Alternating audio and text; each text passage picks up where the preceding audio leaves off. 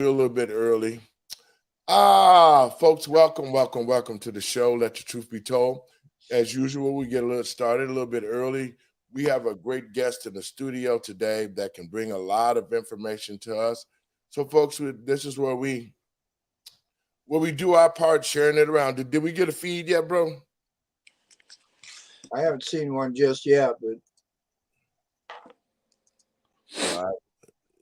Let's see. Everybody's got stars up there, so yep, it's going. yeah, we got one going. So we can share it around. Folks, y'all share it around. We got a great show. Mr. Thomas Holman in. He is an expert on immigrations, and I love to say that, man. I'm telling you. And he gonna bring a lot of information to us regarding the border situation, Title 42. And I would say that please share this around. This is a great show. Welcome to TECNTV.com.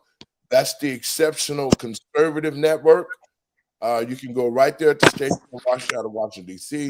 But we got a great guest. We got a great show. And we're going to answer a lot of questions today about what's happening at the border in Mexico.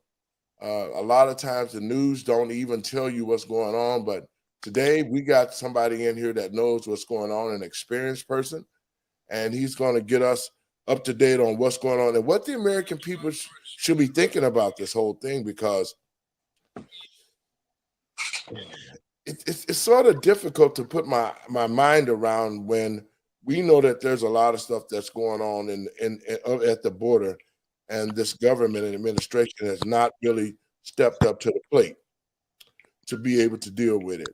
But we keep seeing them always asking for more money to deal with the border situation, but none of that money is going and getting to the right hands to make a difference. And the American people need to know the truth, and that's what we're going to be doing today. We're going to be talking about what's happening there, what has happened in the past, what we can look forward to, and really how this border situation is going to affect the American people, especially the Black community. So, folks, if you ain't got nothing to do, y'all come in. We're sharing it around. We're going to have a great show. We got guests, and you don't want to miss it. We're really going to answer a lot of questions. And if you have any questions, you can call in 708-663-5262. If you got questions for Mr. Holman about what you feel that's happening at the border or some of the things that you know of, y'all call in, ask the questions, because this is the night you can get a lot of answers, because we do have an expert who has been there and done that and continue to stand on the front line for the American people. And I think that's what we need right now. We cannot go without having somebody in our corner to tell the truth and make sure that we are well aware of what's going on. So, folks, y'all share it around. We're going to get started in a minute.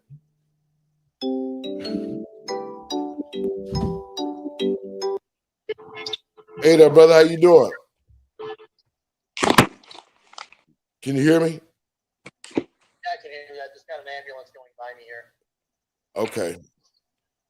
I'm in the studio getting ready for a show. Oh, okay. Yeah. Well, want me to call you later? Yeah, call me later. We'll talk about it. Okay. Okay. Bye-bye. Bye. Yeah, folks, y'all share it around. We got a few minutes before we start. And we're going to continue to share it around to our groups.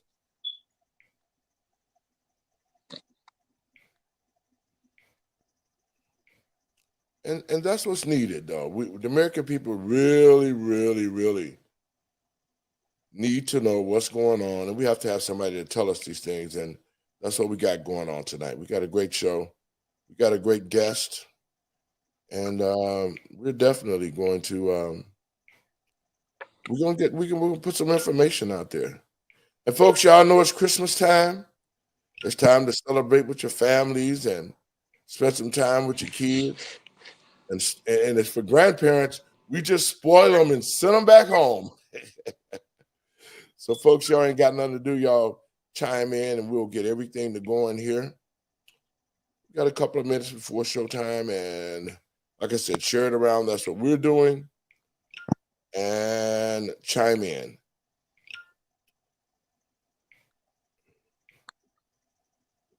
So, Mr. Binky, let me hear your voice. Is you okay over there? I'm still breathing. Sound check. Okay, good. I'm still going. All right, good. Let me get this music all set up, and we're gonna get it in and get started because I want to make sure we get enough time for any questions that might be asked.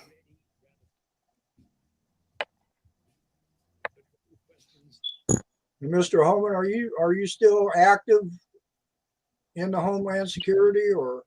No, I'm retired. Oh, okay, I got my own company now, and I advise on homeland security issues. there you go. If the right guy comes back in 2 years, I'll be back. There you go. We're gonna need you back because I'm telling you, somebody got to tell the truth out there of what's going on. Okay, gentlemen, I'm gonna throw y'all in the back. We're gonna get started, and I'll bring y'all back in once I finish up the monologue. There you go.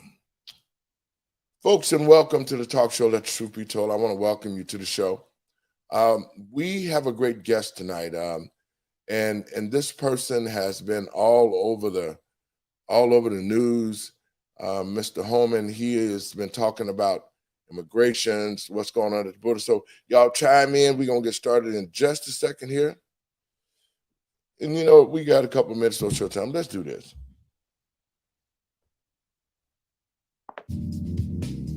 But one of the questions that comes up already rather frequently, does this have anything to do Testing 1 2 with the efficacy of the vaccine?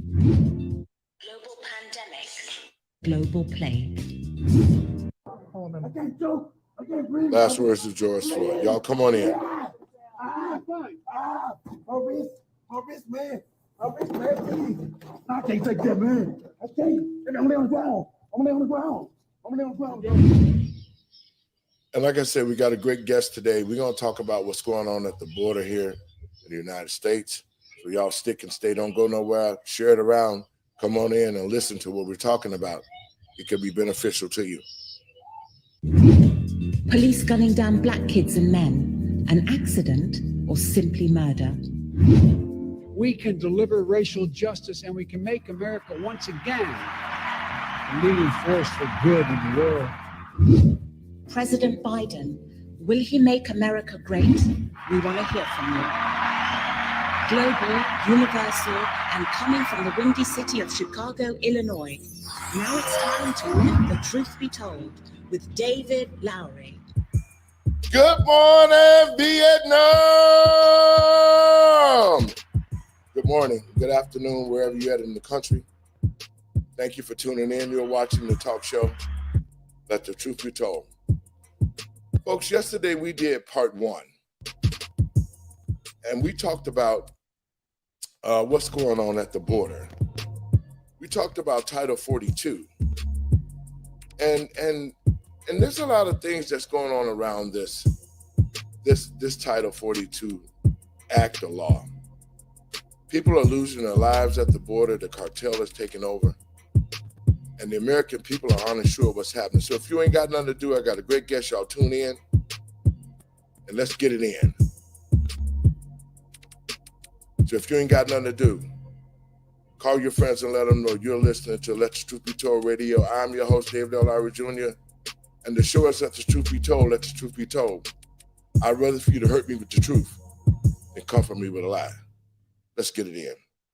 First, I want to give all praises to God and my Lord and Savior Jesus Christ for making it possible for me to be here. And I want to welcome all my first-time listeners, regular listeners. Welcome to the show. We got started early because we have a lot of stuff to talk about. To the American people and patriots across this country, yesterday we started a conversation regarding Title 42, which is the migrants law that stops a lot of illegal aliens from coming into the country.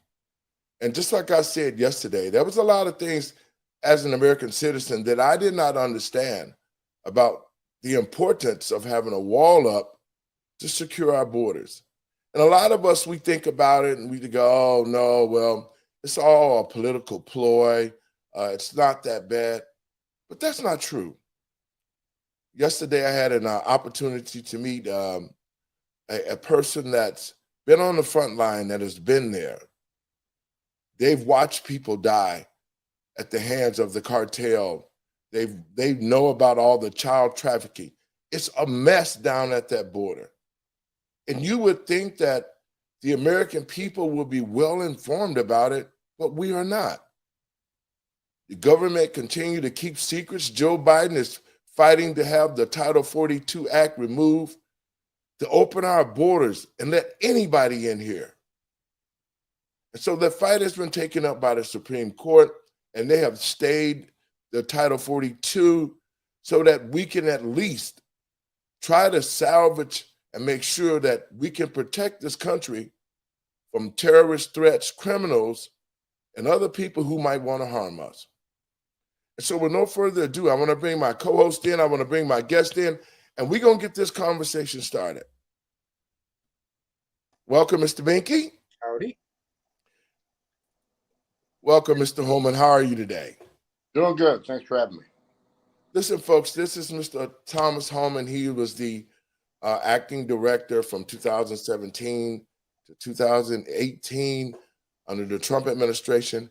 And this man was the head of the immigration department, the borders. He was in charge of all this. So, Mr. Holman, tell our listeners a little bit about you yourself, your work, and all the things that you've seen, what's going on at that border down there in Mexico. Well, a little bit about myself. I grew up in upstate New York. I was a cop in New York. And after that, I became a border patrol agent. I was assigned down to San Diego sector. So I wore that green on the border for, several years. Then I became a special agent for immigration, criminal investigator. And I climbed the ladder one rung at a time.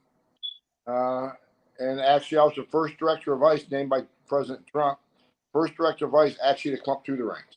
So I've done this job for 34 years. I've done this job. So I've been on front lines border patrol agents. I've been a special agent investigating cartels, investigating organizations that smuggle drugs, smuggle guns, smuggle people, trafficking women and children, sex trafficking. So after my vast experience, I went to Washington, D.C., and President Trump got elected. He reached out to me. I was third in command at ICE. I announced my retirement. I was tired. And the day of my retirement, I actually got a call from President Trump that asked me not to retire. He wanted to put me in charge of the agency, so I decided to stay, which was a great thing. I'm very proud of that. What's going on? Let me set the record straight on a few things. Go ahead. I worked for 6 presidents, starting with Ronald Reagan. Every president I worked for, every one of them, all 6, took actions to try to secure the border. Some did more than others.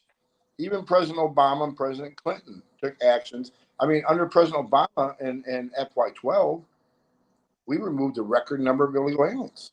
So every president understood you can't have national security without border security. Every president I worked for did everything they could to try to secure the border. Some did more than others. More than President Trump. Under President Trump, we had immigration to a 40-year low, illegal immigration, 40-year low. We had illegal immigration down 83% on average. Then Joe Biden became president. Joe Biden is the first president in the history of this nation who came into office to secure the border. He unsecured it. Unlike his predecessor, he didn't come and try to make it even more secure than Trump. He didn't want to keep it at the same level than Trump. He came in, he signed over 90 executive orders abolishing every Trump administration and in fact abolished the most secure border in my lifetime. And where are we at right now? Since Joe Biden's become president, the first year on his presidency, we had 1.7 million illegal aliens enter this country, southern border. 1.7 million. A record by far. Here's an historic record. That record is the highest number of illegal aliens coming across the border in the history of this nation. Second year, he broke the record. Second year, we had almost 2.4 million.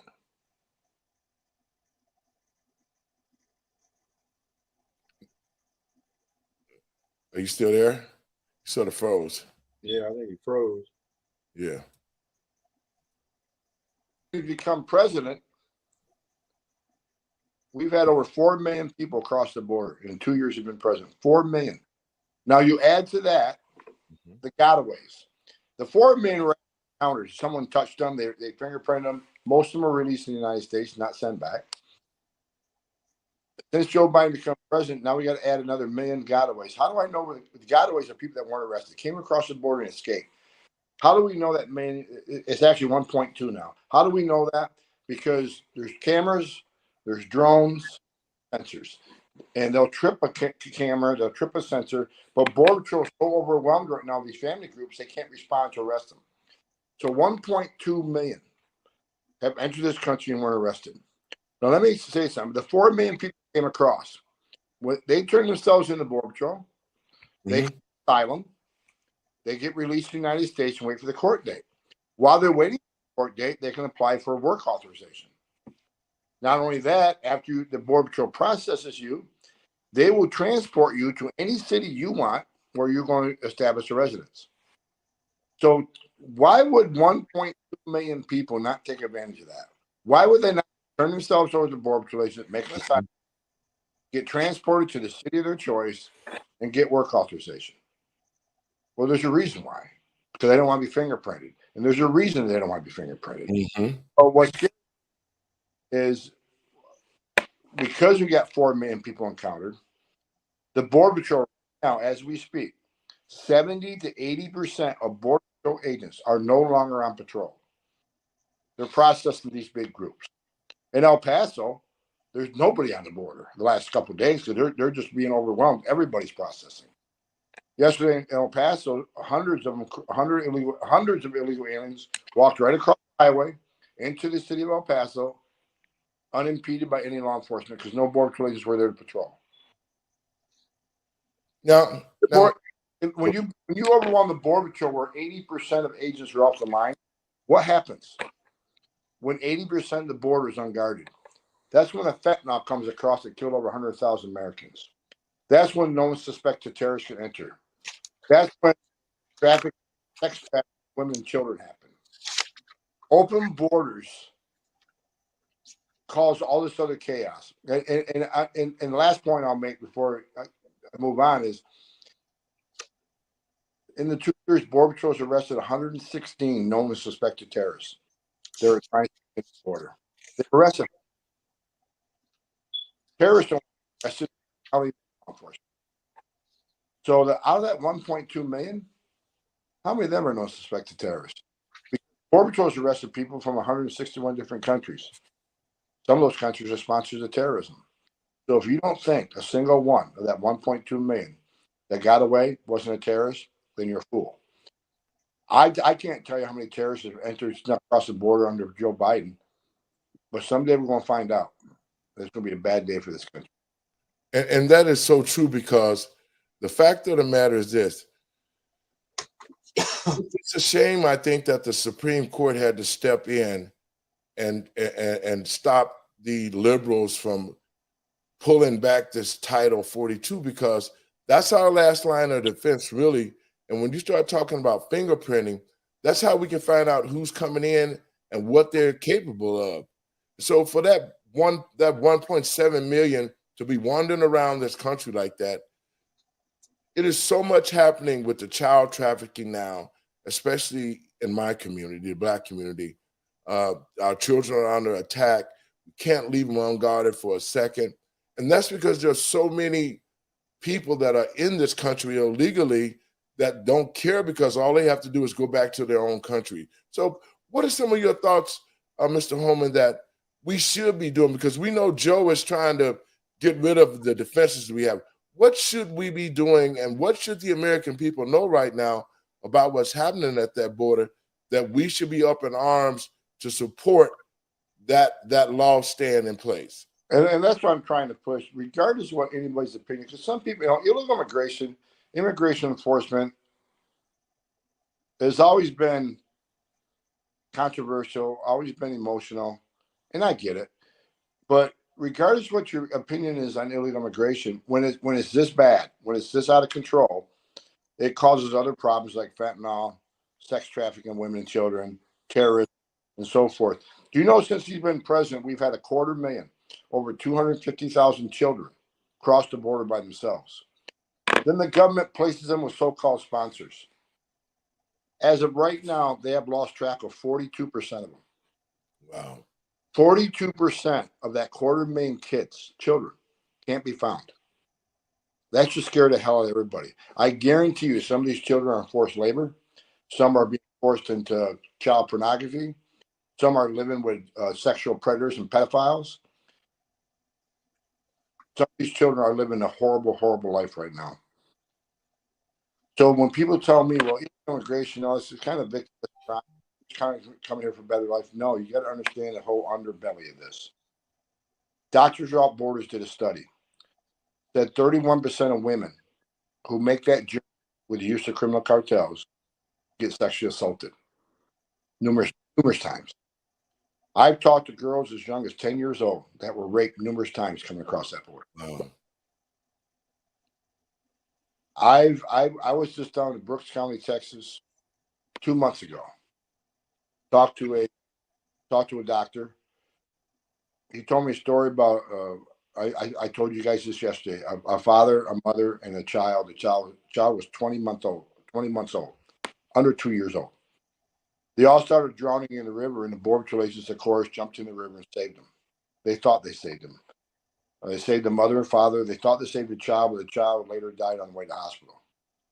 During the medical examination, the medical examiner said that child, that baby, was sexually violated numerous times in all of her openings.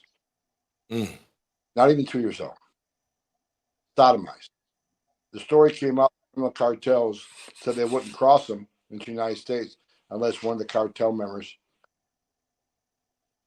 had access to that little girl and to do whatever he wanted to do. But this is why I want listeners to understand. This stuff happens every day. Since Joe Biden's become president, we've had over 1,500 migrants have died on U.S. soil. Either they drown in the river, they get abandoned in the desert, or they just get overcome by the heat. 1,500 migrants, 100,000 Americans that comes across that border.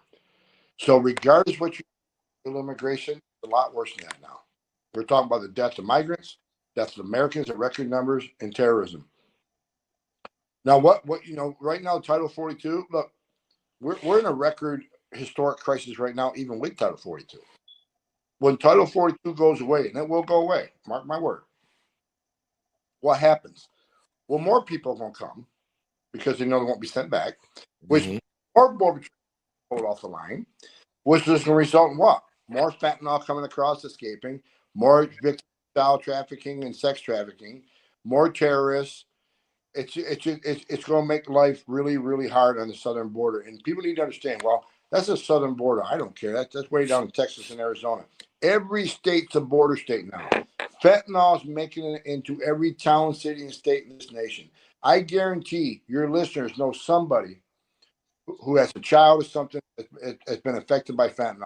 If they don't, they soon will. DEA says that fentanyl problem is going to explode this year because so much is coming in. So much is coming in because the border's not protected because agents are tied with this crisis.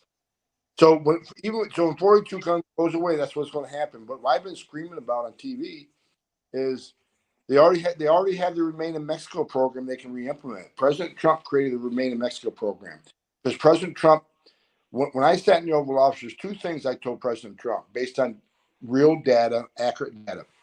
Number one, nearly 9 out of 10 people who cross our border claim asylum never get relief from U.S. courts. They either don't show up or they don't qualify. Asylum means you're escaping fear and persecution from your home government because your race, religion, political affiliation. Coming here to get for a job, coming here to escape poverty. I get it, but it doesn't qualify for asylum. So 9 out of 10 commit asylum fraud. They claim asylum at the border. No, they don't qualify, and they'll lose their case. There's another data point I told the President Trump. I said, look, so let's look at the Homeland Security Life Cycle Report. Out of that 90% that gets ordered removed, how many leave? If you're a family unit, you leave 6% of the time. 6% of the time. If you're a child, you leave 3% of the time. If you're a single adult, you leave 16% of the time. So the president says, okay, so 90% of them don't really qualify, so just getting in the country by committing fraud, and only 6% leave. Why the hell we keep releasing them? So he came up with the Remain in Mexico program. You can stay in Mexico. You can come to the border, claim asylum. And when your hearing comes, come to the border and we'll have your hearing. If you lose, like 90% of you will, you're already gone. We don't have to worry about trying to track you down and find you. It was a great plan. It was a game changer. The federal courts have told the Biden administration, you can do that if you want. So when you the Biden administration saying, well, it's the court's decision to do away Title 42, not us. We're really not. No, this wasn't our decision. We're forcing this position because that's now you were right in the beginning when you said the Biden administration wants to shut it down, but now the story's changed. Now it's the court's fault, not our fault. But what they don't say is, but they have the escrow program they can tomorrow, which the Trump administration clearly shows was a game changer, moved the numbers way down. So this border crisis, I'll say this, it's not because of mismanagement. It's not because of incompetence. This is their plan. This is by design. So their plan is coming together perfectly. And why, if people ask, well, why would they want to do that? Well, there's a couple reasons. Number one, the ideology. President Biden sold out to the progressive left who's lost their minds, and they think there shouldn't be any borders. The whole world should be a big country. He bought into something. But the biggest reason is political power. A lot of people on Capitol Hill perceive a future political benefit from doing this. How? Well, many of them they think will be Democratic voters once they get amnesty. But here's what I keep saying to them: well, they don't have to vote. They don't have to even become a citizen, because one of the things Biden did when he wrote those 90 executive orders abolishing everything we did, he also wrote another order that said what? He abolished the census rule. Now, these millions of illegal aliens will be counted in the next census, which is going to result in what? They'll be in sanctuary cities. It's going to result in more seats in the House for the Democrats. So they'll control the House forever. This is their plan. They sold the national security of this nation out. We got children dying, Americans dying, because they perceive a future political benefit by doing what they're doing. And that is the only logical reason that we can come up with, because when you told the story about because 53 people died was Tuesday in the heat inside of a container, and it just stayed in my mind to be able to see something like that, to be at ground zero when you go in and you see those people that are dead and all they want to try to do is get into this country. Some trying to get a better life.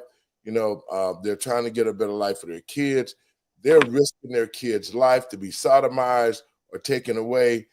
It's just horrible that what happened with the 53. But I want you to tell our listeners a little bit about what you talked about when you was on the ground zero and you saw that similar situation in your life. Well, we got to remember, though, is, these people come for a better life. But here's the problem. President Biden has done a lot of things and said a lot of things. Right now, these criminal cartels are selling their services. They're telling people, which is the truth. I can get you to the United States. I can get you across the border. You won't be, you'll be released, and you can get work authorization. And if you lose your case, you don't have to leave because no one's looking for you. Only 6% leave because no one's looking for them. So when and President Biden during the campaign said, what? I'm going to put a moratorium on deportations. I'm going to end detention. I'm going to give free health care to illegal aliens. And I'm going to have an amnesty program. When you make those types of promises, the most vulnerable people in the world are going to want to come to the greatest country on earth. So when you entice them, they're going to sell everything they have, and they're going to give that money to the cartels to be smuggled to the United States, and many will die. So I say about illegal immigration, Congress's failure again. If we need those people here for employment purposes, which we could always use workers, right? Then create a system where they can get a work visa, come in legally. Let's say they're coming in to help on a farm. They come in for the season. They pick the crops, or they work on a farm, or they paint the houses, they frame a house, whatever. And when they get done, if it's a 6 month visa, a year visa, they go back with the money they made. And here's what that accomplishes. Number one, we get the labor. And number two, they pay the taxes. And number three, they don't have to hire a criminal organization. They simply go to a port of entry with their visa in hand. So we can fix this. But Reason I take this so emotional is some of the stories I said yesterday. In my 34 years, I've held many dying children. I've held dead children. I've talked to women, and I mentioned this earlier. I've talked to girls as young as 10 years old that were raped multiple times, making that journey. That little 10-year-old girl will never be the same. A lot of the women now, they'll take them, they come up and they carry their own condoms. They carry the morning after pill because they know chances are I'm going to be raped. When I was down in Berks County a couple months ago, I was told about a rape tree. I don't know, what's a rape tree? Sheriff told me some pictures of it. They took it down. The smugglers would women take their undergarments and hang them in this big tree. Mm. Hundreds of underwear hanging in this tree as a trophy for these cartels. This is how ruthless they are. Back about 10 years ago, I was in Dallas, Texas, giving a speech to the International Chiefs of Police Association. I was the third in command. I get a phone call that there's a tragic event in Victoria, Texas, and since the director at the time, who was John Morton, who I spent the majority of my career investigating smuggling and trafficking investigations, he said, "I want you to go down and run this investigation." So I took an Air Marine flight down there. All I had was the clothes on my back. I left from the straight down there to the crime scene. I get to the crime scene, and the Texas Ranger introduced themselves and walked. Now here's the kid, me. Again, I grew up in a village of 2,500 people. I grew up milking cows, for God's sakes. Now I find myself standing on the back of a tractor trailer with 19 dead people at my feet. And when I walked to the tractor trailer, there was 3 or 4 on the ground because they were all trying. They broke the tail out of the back of the tractor trailer, trying to get air while they were traveling. So they were fighting over that little air pocket, and some died right there in front of the doors. So when the doors finally, the people rushed out and pushed them. 4 bodies were already on the ground. I look in the back of the tractor trailer before I climb up in there, and I just see people laying down over the inside of the tractor trailer. Most of them, almost all of them, in their underwear because they tried to get some relief from the heat and got down their underwear.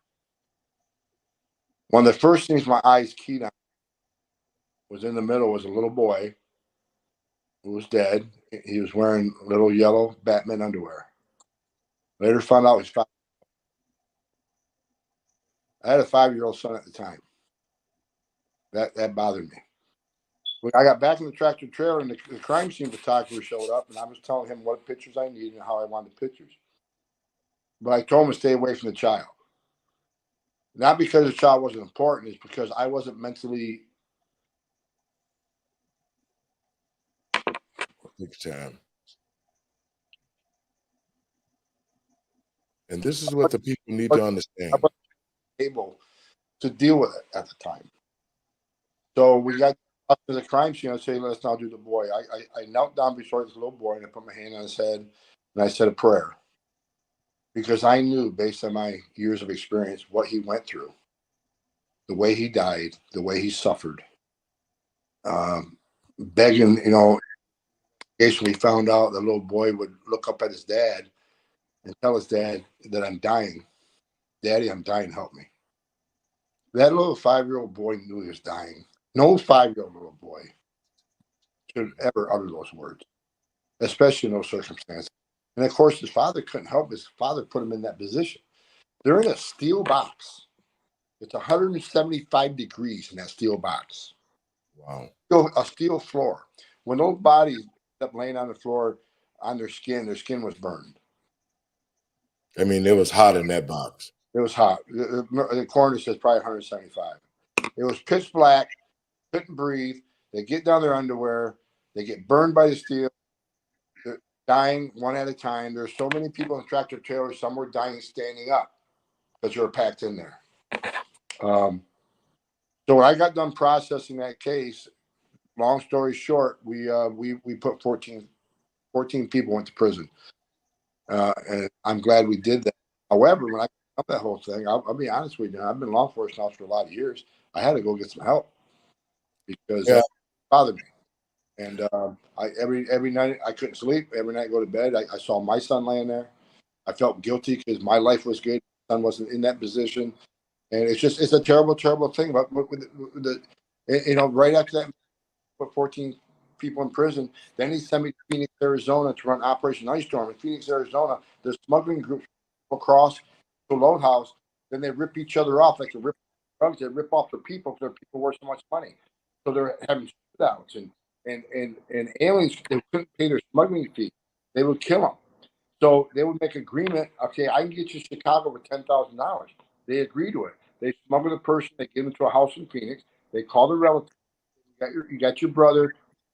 What you owe us $20,000, and they would say, no. We agreed on 10,000. Well, guess what? Now it's 20. Either you pay it or we kill them, and they did. Bodies were piling up in Phoenix. Wow. And they're finding dead migrants all across the city. So they sent me over to run that investigation. I've seen many dead migrants who couldn't afford smuggling fees. One of them died by getting stabbed in the face over 20 times. That's how he died. They stabbed him in the face with a butcher knife over 20 times until they knew he was dead. We had one sister of a smuggled alien called us up and says they're beating my brother and making us listen to it. Wow. And kill him because we can't afford to pay the money. So luckily she was able to give us the cell phone number of the smuggler. And of course we did the law enforcement things we do and we were able to find it. When we busted that door and we found that guy, he was hog-tied, hands and feet behind his back. His entire head, his entire skull was wrapped in duct tape.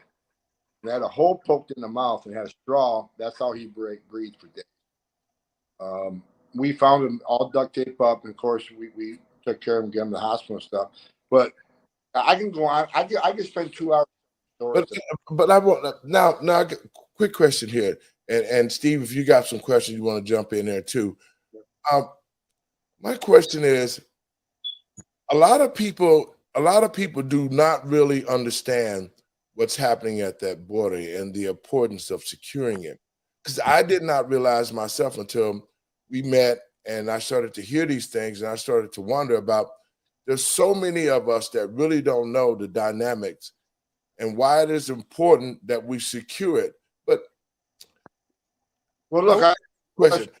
The Black community alone, how it affects you all. I mean, exactly. That's my question. Because I know it affects us, but at that level that you've seen it, how have you seen it affect the Black community? Because look, when they come over here, most of them come over to get a job. They want to make money. And no company illegal alien out of the goodness of their heart. They hire them because they can pay them less, work them harder, and if the alien complains, they'll simply call ICE. Well, during my career, I don't know how many times we get an anonymous report of illegal aliens working at a company. We go there, we arrest all these illegal aliens, only to find out they haven't been paid in a month. Wow. And we end up being the supervisor called, rather than he bank all the money in his pocket, call ICE, arrest them all, deport them. He kept all the money, just hired 30 more, do the same thing over again. That happens all the time. And I gave you one example yesterday. When I put a roof on my house, I had a storm damage in my roof. I had to call 5 before one guaranteed me a legal workforce because I won't hire a company that hires illegals. And any of the listeners can look up everify.com. Go to everify.com and you can see if the companies you're working with are using verified. But anyways, this father showed up, his father and his son, adult son. He wanted to know if he could do the roof, maybe just make repairs because he couldn't replace the whole roof. And I said, no, the whole roof needs to be repaired. Then he told me a story that he had 20 U.S. citizen employees. He ended up laying them off because he couldn't win any bids. He couldn't win any work because all these companies were illegal aliens and put him on the roof at $5 an hour. And he was paying these U.S. citizens $15 an hour. So when he come to bid on jobs, he lost bid after bid. So what happened? 20 U.S. citizens get laid off. That happens every day across this country, hundreds of times. And I mentioned in Chicago, when I was the ICE director, we did an investigation on a meat packing plant up there, sausage plant. We arrested a bunch of illegal aliens in there and removed them. Within 60 days, you know who they hired? Some more illegal aliens. A lot of people in the Black community got those jobs. So look, they take jobs away. and they drive down wages. They work for cheaper, so it drives down wages. You want to know why your wages aren't rising? Because you got 12 million illegal aliens in this country working a lot cheaper. They over abuse our social systems. People say illegal. Froze again. Yeah. Did he come back? Qualify from day one, even if they don't have U.S. citizen kids. They can go to food banks. They put their kids in elementary school because law says we got to. There are so many kids now in elementary school that are illegally here in the United States that don't speak any English. They're holding the class back because now the teacher has to slow the class down for the non-English speaking people. They affect our school system. They affect our jobs. They affect all our social services. And trauma centers are shutting down across the country. Emergency rooms, by law, have to treat somebody when they come in, whether they got insurance or not. And they absorb those costs.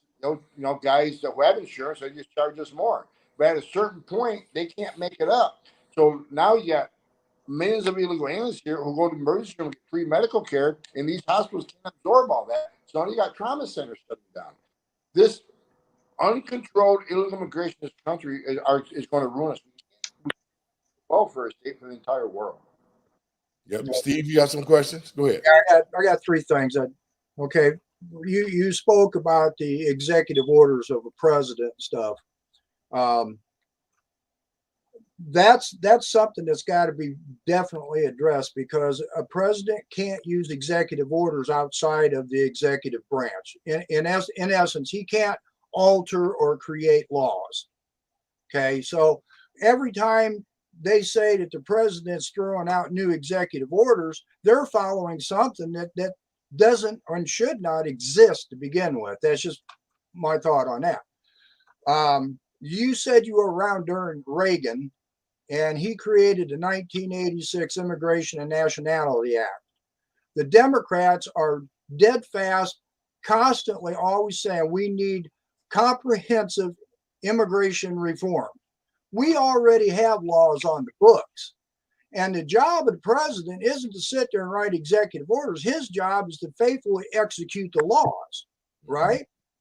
So our founders, and I got this conspiracy theory called Constitution. Our founders put in Article 1, Section 10, and I'll read it real quick here, just part of it. It says that unless actually invaded or in such imminent danger as will not admit of delay. What they're talking about is the power of the state. If a state is being invaded, which illegal immigration by the millions is an invasion, they're bringing drugs in, they're bringing crime in. They're here, the founding fathers gave them a tool here to use. Why don't the states use Article 1, Section 10, Clause 3? Well, I mean, one at a time. Okay, so we talk about the president writing executive orders. I don't disagree with you. That's why I some of the work I do is the immigration reform law institute, the smartest conservative lawyers in the country. I actually went to Texas and testified in federal court suing the Biden administration for 6 hours. We're suing this president because we're showing he doesn't have the statutory authority to do what he's doing, and we're 6-0 so far. So we won't keep suing him. The second, Ronald Reagan, when we came up with the Immigration Reform Control Act in 1986, that was supposed to be the last amnesty we ever see. Mm-hmm. At the same time, they said we're going to give you enough resources to enforce it. Well, the amnesty happened. The enforcement money never came. So we like to. So I agree with you on that point. The third point, I ought to hurry you. I get back to administration, I'll give you a call on top of this. The last point on the states. I met with Carrie Lake. I was hoping she went to Arizona because Carrie Lake was going to declare an invasion on day one. I told her that I would come out on that day and I'd run it for her. I direct the border operations. So unfortunately, she's still fighting the election. Unfortunately, she's not governor yet. I met with Governor Abbott and his staff in the Attorney General's office. We brought some constitutional constitutional scholars that I work with and explain to him how he can declare an invasion. He hasn't got all the way there yet. He's about 80% there, but I think he's going to do it. Okay, good. I personally I read the same section you read, a few other sections in addition.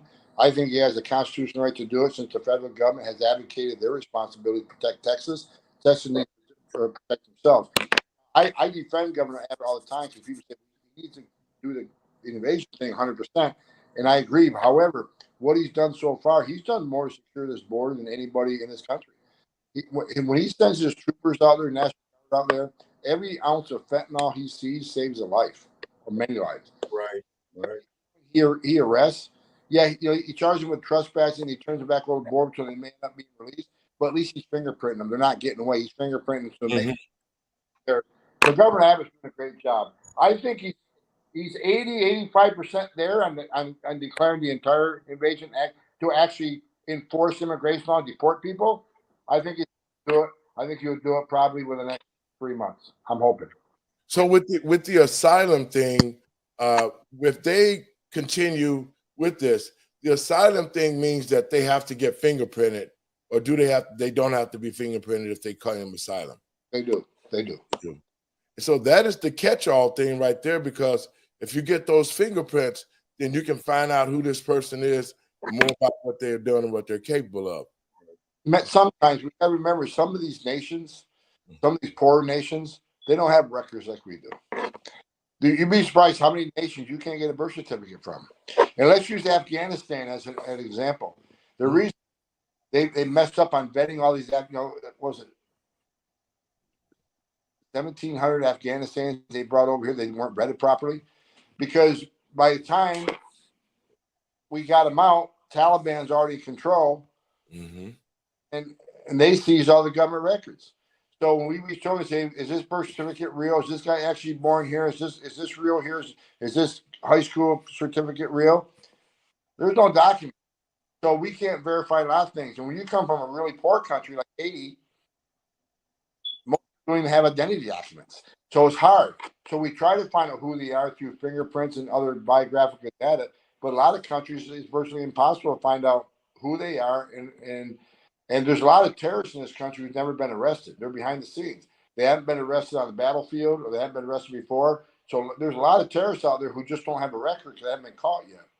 Well, what we can find from the terrorist screening database is those who were either on the battlefield in a bad place, so the military took their information down along with pictures and eye scans, or there's an investigation into them.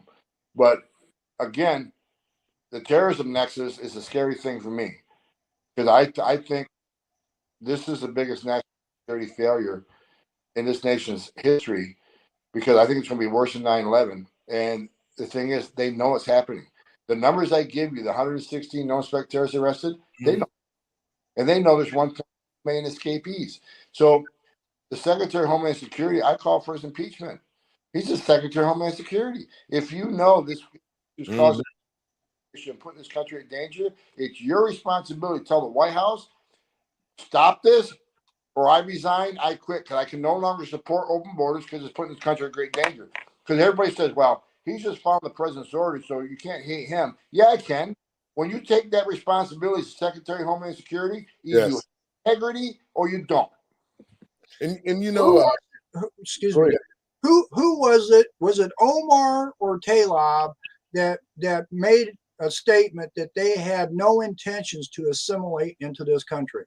Omar. Omar, yeah. And she's a Samoan refugee? Yeah, this country is very good to her and her family. And that's the way she repays us. I mean, there's a lot of members in Congress. Look, I testified numerous times in Congress, and one congresswoman said I was a bigot because I enforced them. And of course, I got into it with her and says, well, if I'm a bigot for enforcing law, what's that mean? You wrote it. Right. I'm more for laws you wrote. So, there's a lot of congressmen that don't get it. Like I said, I tell them now, even the ones on the left. Okay, you can embrace illegal immigration all you want. I get it. All right, you want one free world, one open world. But what you have caused in the southern border is a public safety crisis, a public health crisis, a national security crisis. You can't ignore that. Right. But you know what? Their ideology takes control, and just today.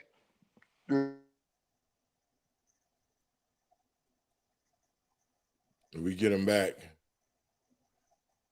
Folks, you can always go to our stream techtv.com. There he is.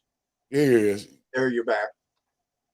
The omnibus bill that 21 Republican senators said they're going to sign gives millions of dollars to NGOs to release aliens into the country. How much does it give for border security? Zero. Yeah. Especially Senator Corner from Texas. Texas is overwhelmed. They're in the middle of an invasion. He's their senator, and he's going to sign a funding bill that gives him zero money for border security, money to the NGOs to bring more people in and release them. He's an embarrassment to the state of Texas. And there's 20 other senators, Collins and Murkowski and Lindsey Graham and Tom Cotton. I don't understand he's on that list. They run down the southern border and have their dog and pony show saying what a terrible mess this is. We need to take action. Yep. Vote to take action. And they do nothing. For the citizens they represent. So I mean, a lot of Republicans right now because it's politics.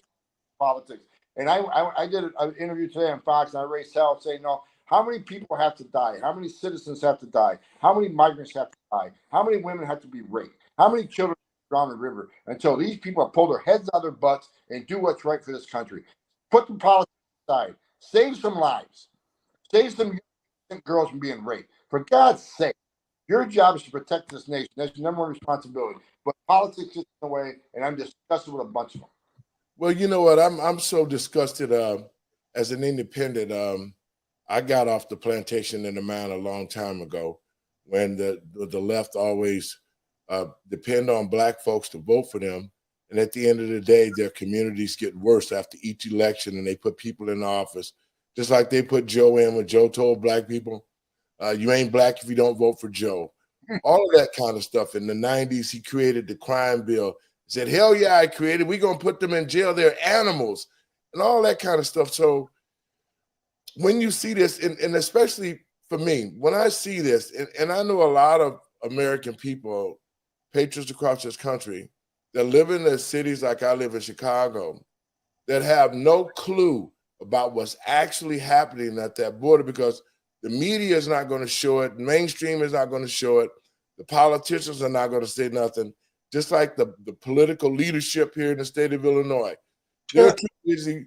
They're too busy trying to figure out ways how to take our freedoms. They're too busy trying to figure out ways how to indoctrinate our children with this new world order and homosexuality. They're not trying to do what's best for the American people. But it seems like Joe was just in Arizona maybe a week and a half ago. He didn't even go down to see the border crisis as the commander-in-chief. But as soon as he got back to Washington, D.C., he went in and asked for $6 to $9 billion for the border crisis. So where does that money actually go? Do you guys ever see any of that money? Is it supposed to hire more people? Where's all that money going? It's not going for border. It's going to any of those non-government organizations that go down there. The border patrol's overwhelmed. Once they process, they give them to the NGOs, and the NGOs will find out where they're going. They'll buy them new clothes and new sneakers. They'll give them a plane ticket and send them on their way. They're bankrolling, the NGOs who are, organizations who are friends to the Biden administration. And what really upset me, it should upset every taxpayer listening to this. We have thousands of ICE beds that ICE has, Immigration Customs Enforcement, already paid, sitting empty, already paid taxpayers, and they're empty. And the average cost is about $120 a night. But they're already paid for, thousands of them. They're empty. And they're giving companies like this company, the company called Endeavors. They're putting illegal aliens in hotel rooms at $374 a night. I've never stayed in a hotel room that cost me $374 a night. I'm a Hampton Inns guy. I'll pay up to $100, but $374 in a hotel room, while empty beds, taxpayers already paid, are empty. Why are they doing it? Because, like I told you before, if they're in detention and they lose their case, they're going to be deported. So this administration is spending 3 times as much money to not detain them, because they know 90% lose their case. If they're not detained, they don't leave. This isn't by accident. This, again, by design. Not only they open the border up they're making it virtually impossible to ever remove them, even though 90% will lose their case. It's disgraceful. Well, this is You said something that was important, and I hope the American people see this. As soon as they get that asylum status, they start giving them money for wherever they want to go. All this is at the taxpayer's expense. They give them money, whatever town they want to go to. They're offering them money and grants, open businesses. I mean, the American people right now are in dire straits. After this pandemic, we're trying to get our head above water. Joe administration took over, lied, forced a jab on people, man, lost their jobs. I mean, he keep talking about the job market, but the job market is that the situation he created. And so out of all of this stuff that Joe has done, the American people really, really need to start thinking about what we as the American people need to do, because from what I've seen and the things that are going on at this border, if we don't secure this border, terrorism in this country in the next couple of years is going to be off the chain. If they open it up and everybody can come in, then it's going to be just like the Safety Act here in Illinois, where they open the doors and put all the prisoners out on the streets. This is going to be crazy, because if those illegal immigrants are here and they ain't going to jail, then you're talking about prisoners getting out and they're going back to doing the things they did before they went to jail. This country will definitely be in a state of a purge.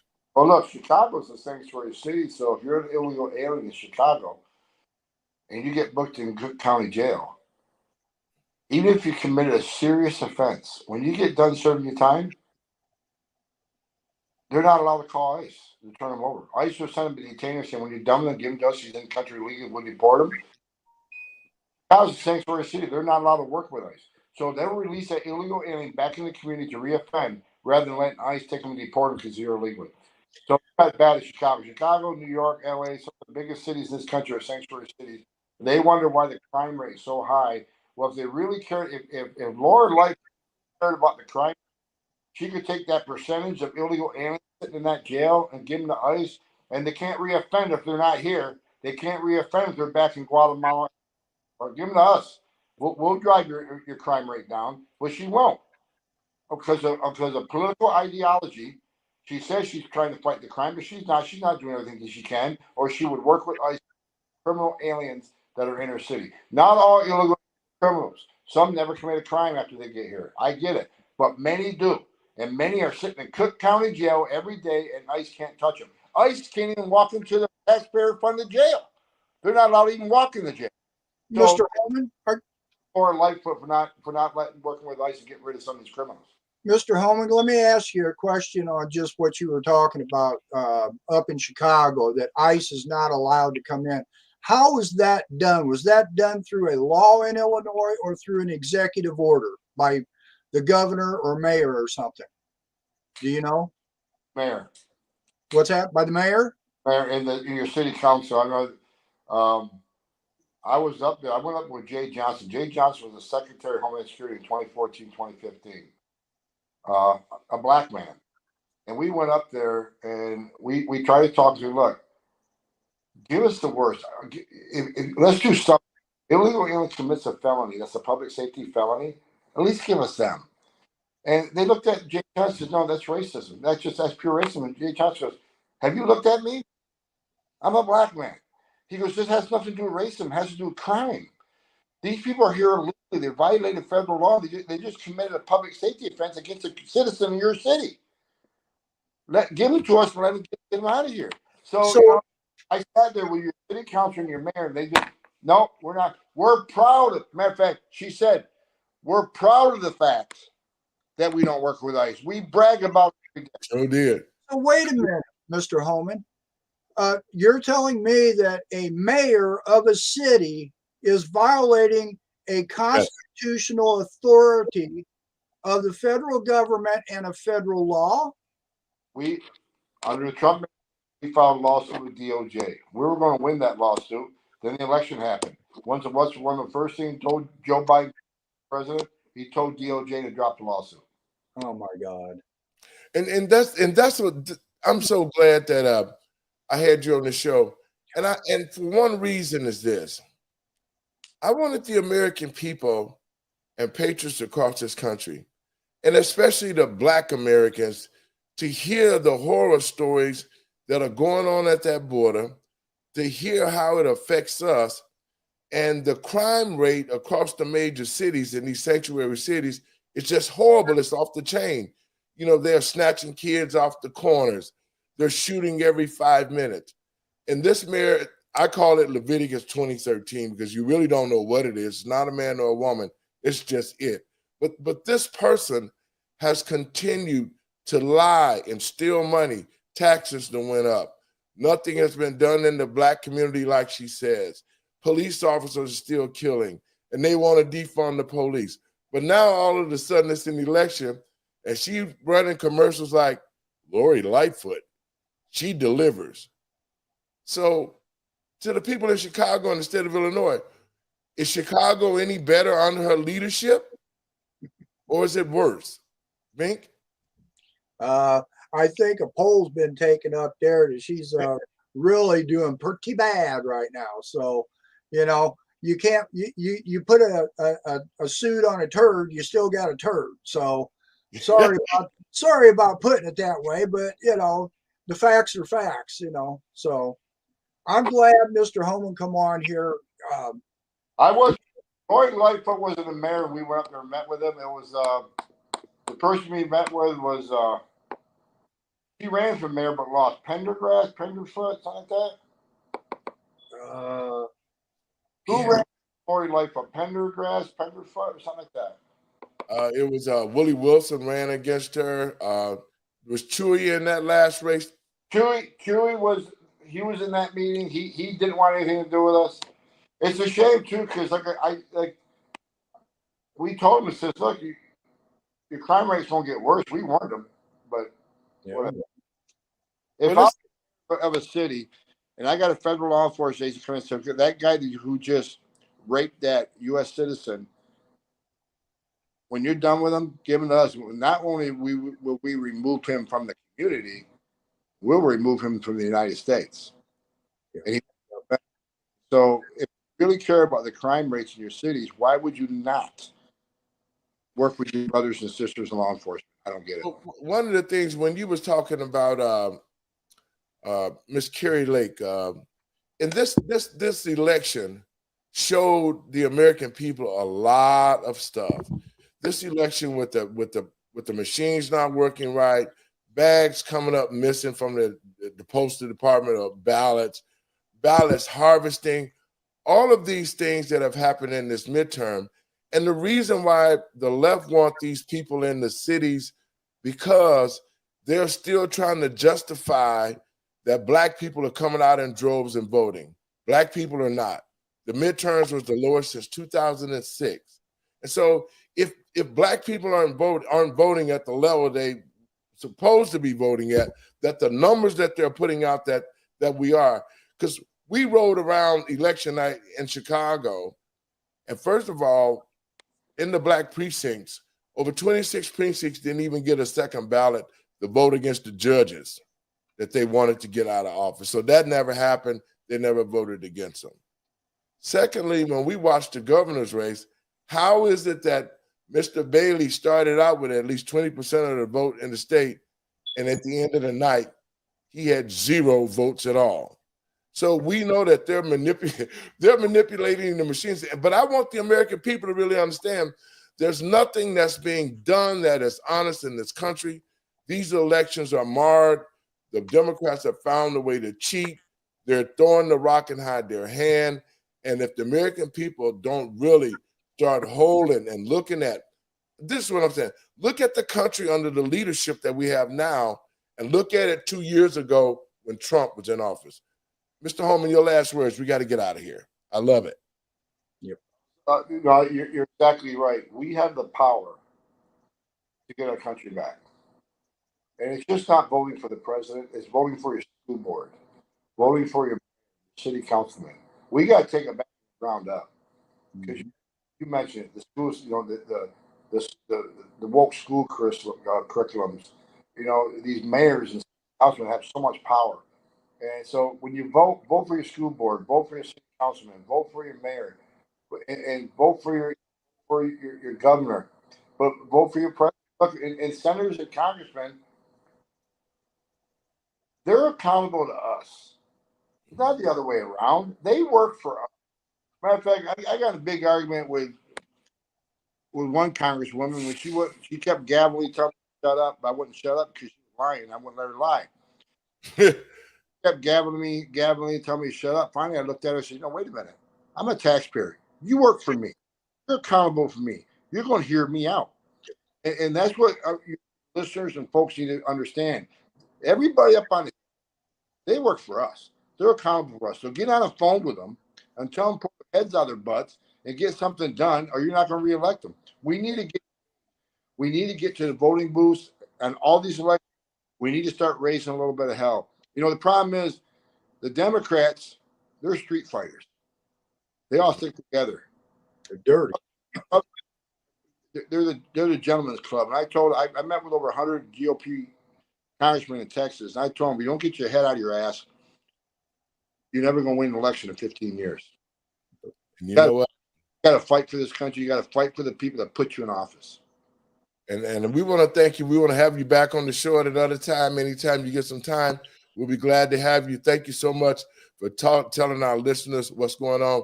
God bless you, and we'll be talking soon. Thank you so much, Mr. Holman. Merry Christmas. Merry Christmas. Bink, your last words right quick. Well, you heard it live right there from a guy who's lived it, been there, done it. He spoke from his heart. You know, he's human.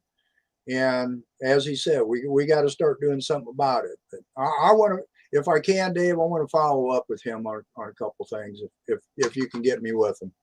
Oh, no problem. We can take care of that. It's not a problem at all. I'll see you. We gone till Monday, so Merry Christmas, and we'll be talking soon, brother. I love you. Have a great holiday. Folks, I want to thank you for tuning in. I want to thank our sponsors, Living and Driving While Black, Two Diamond CBD.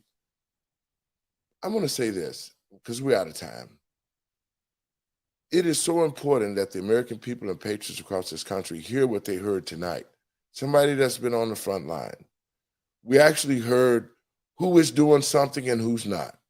We already know that the Biden administration hates this country. They continue to lie. They continue to steal. They continue to throw rocks and hide their hands, but nothing is good. And this administration is not benefiting the American people. So it's time for the American people to stand up. Stand up, call these senators, call these state reps. Just like he said, go to the school boards. We have to take this country back from the ground up. And in order to do that, the American people, no matter what color, white, black, green, or what, we have to stand together. We must fight for the future. But the key thing of it all is we must put God first again in this country and get back under his subjugation. For the word is, seek ye the kingdom and its righteousness, and all will be added to you. This country needs to seek God and seek its righteousness. God bless you. Y'all have a merry, merry, merry Christmas. We'll see you guys Monday right here at TECNN TV. God bless you, and may God keep you. Peace.